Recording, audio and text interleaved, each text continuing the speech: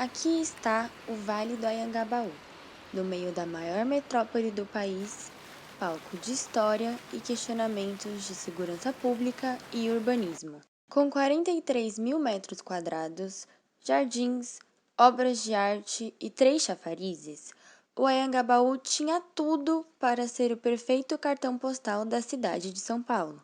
Porém, após uma revitalização superfaturada, o Vale agora sofre as consequências de uma gestão elitista.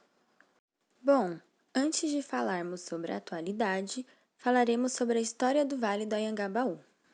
O nome Anhangabaú é indígena e significa, em tupi, rio ou água do mau espírito.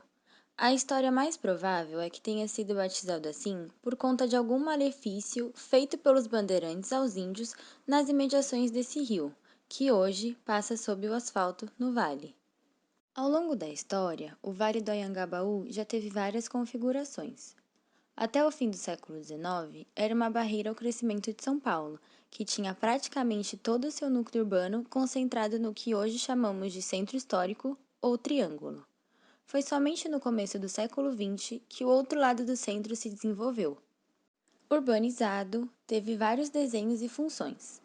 Já foi um parque em estilo europeu, depois uma avenida para carros e, com a construção dos túneis, virou um parque urbano.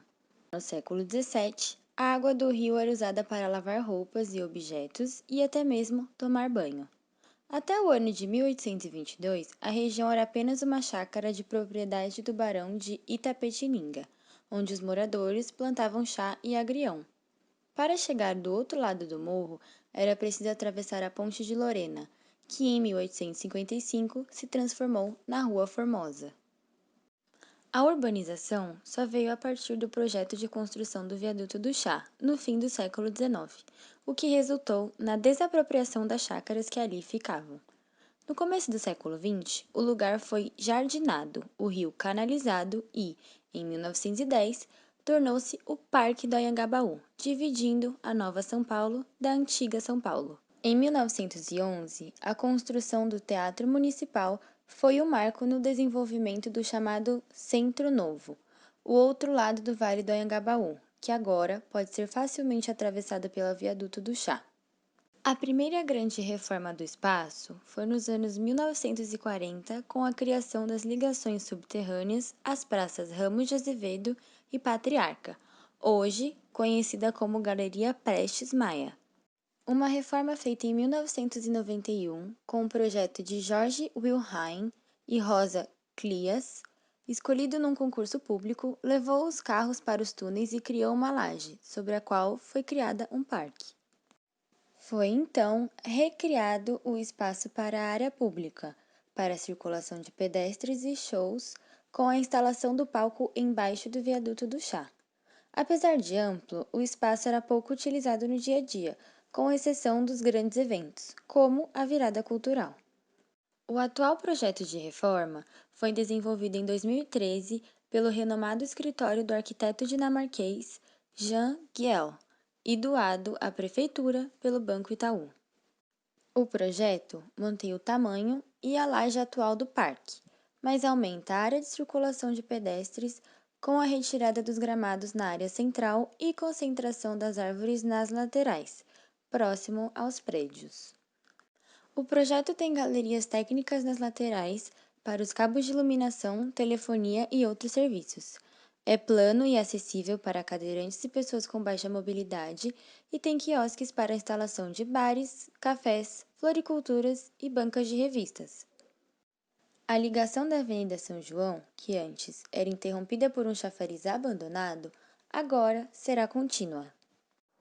A Prefeitura de São Paulo publicou no início de maio um edital de consulta pública para conceder o Vale do Anhangabaú à iniciativa privada por 10 anos. Com a concessão, que já era prevista no início da reforma, o local deve passar para a administração de uma empresa concessionária, que poderá instalar publicidade e explorar pontos comerciais em quiosques e galerias. Segundo o edital, a Prefeitura espera arrecadar 8,6 milhões com a concessão da área, entre investimentos a serem feitos pela concessionária, custos fixos e também um aumento esperado na arrecadação de impostos, como o ISS. A administração municipal estima em 49,4 milhões a soma dos custos, despesas e investimentos a serem pagos pela concessionária durante todo o prazo de vigência do contrato. A prefeitura também reconheceu o atraso na obra e disse que, por conta da pandemia do coronavírus, o cronograma foi alterado porque foi preciso reduzir o número de equipes para garantir a segurança e a saúde dos trabalhadores nas obras de requalificação do Vale do Anhangabaú. Além do preço adicional, a entrega da obra deve sofrer pelo menos 2 meses de atraso, segundo o cronograma da SP Obras, órgão da Prefeitura responsável pelo gerenciamento de todas as obras em andamento na cidade. De acordo com o cronograma da SP Obras, a previsão inicial era finalizar as obras até 13 de julho, mas agora a entrega está prevista para o final do mês de outubro. O último termo de adiantamento de contrato, assinado pela Prefeitura, foi publicado no Diário Oficial do Município no dia 10 de junho e elevou o custo total da obra de 93 milhões para 97 milhões. Porém, a correção da Prefeitura informou que o valor atual está em 93,8 milhões, justamente por conta do erro interno da Secretaria de Infraestrutura. O consórcio central, formado pelas construtoras FBS Construção e Lopes Calil Engenharia, elencou 4 motivos para pedir alteração contratual que resultou no aumento do custo da obra. Os motivos citados foram imprevistos no processo de pavimentação e terraplanagem da área, interferências nas redes de telefonia, água, esgoto e gás, mudança no projeto da praça de esportes, a pedido de skatistas, e a adequação do sistema de fontes. Segundo a justificativa do consórcio, problemas encontrados durante as obras fizeram com que o projeto original se tornasse inadequado nesses 4 aspectos da reforma. Em relação aos problemas de terraplanagem, o consórcio argumenta que foi necessário usar pavimento mais resistente do que o previsto inicialmente, por conta do solo mole presente na região. Já em relação à interferência das redes subterrâneas, o grupo de empresas afirma que as concessionárias de telecomunicações não contribuíram adequadamente na apresentação de projetos para reorganizar a rede em uma única galeria, o que teria tornado extremamente difícil a execução da chamada galeria técnica. A praça de esportes, segundo o consórcio, teve seu projeto alterado após o início das obras por conta de reivindicações de grupos de skatistas. O consórcio diz que, no curso de sua execução, ocorreram diversos protestos que provocaram uma alteração pontual do projeto básico, após diálogos com uma comissão formada por grupos de skatistas da região. Os esportistas afirmavam que o projeto inicial poderia impedir a prática esportiva no local por excluir a arquibancada utilizada para manobras. Eles criaram uma petição online que chegou a mais de 6.000 assinaturas, para que o novo projeto seja adaptável e com um ambiente direcionado para o esporte. As empresas citam ainda a adequação do sistema de fontes como justificativa para o preço maior que o original. Segundo elas, além de alterações de ordem técnica para que as fontes pudessem ter um custo de manutenção mais baixo no futuro, também foi necessário alterar a altura dos jatos de água. O atual prefeito de São Paulo, Bruno Covas, que está concorrendo à reeleição, falou sobre o projeto em um dos debates que participou. E você deixa como grande marca da gestão a construção de uma fonte luminosa de quase 100 milhões de reais no Anhangabaú. Por que você não fez os 72 quilômetros de faixas e corredores de ônibus que estavam na proposta de governo de vocês dois?